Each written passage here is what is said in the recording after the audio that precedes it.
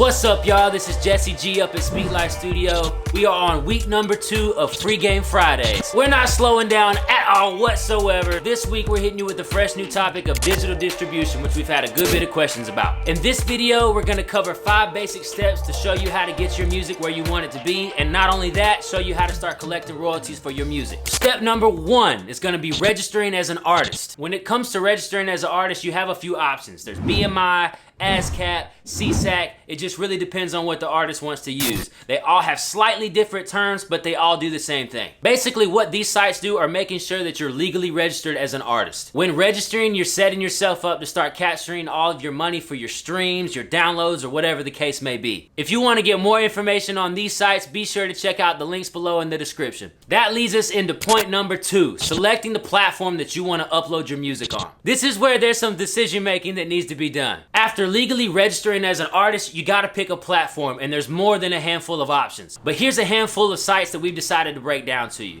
You've got CD Baby, TuneCore, DistroKid, United Masters, and the list goes on. As you can see, there's pros and cons to each one. There's not really a one size fits all. It really just depends on what works best for you as an artist. So now we're at point number 3. We're gonna give you guys some additional distribution information. So if you've made it this far, you've probably realized that some of these sites offer multiple distribution options, such as standard releases, pro publishing releases, etc., etc. If you go the pro publishing route for an extra fee, they'll give you access to certain royalties that you might miss out on otherwise. I'm not gonna go too deep into detail about those options, but it may be something that you wanna look into while you're choosing your platform. Moving along on to point number 4, UPC codes and ISRC codes. If you've made it this far in the process of uploading your music through distribution sites, I know you've seen UPC codes and ISRC codes pop up. The best way to put it, these codes are pretty much your song's DNA. A UPC code is your song's unique barcode. Once your UPC code is registered, it'll be specific to your album or song to help with track sales.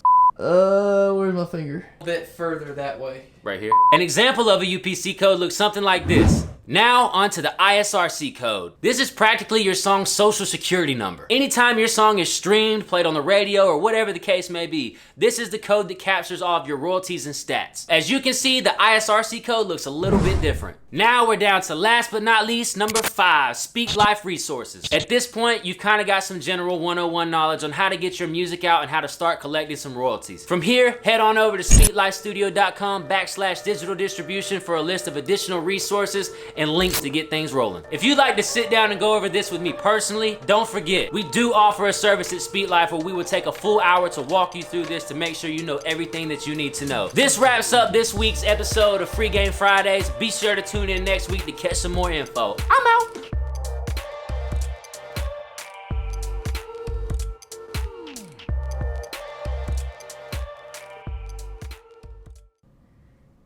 Jessie, I got some chicken for you.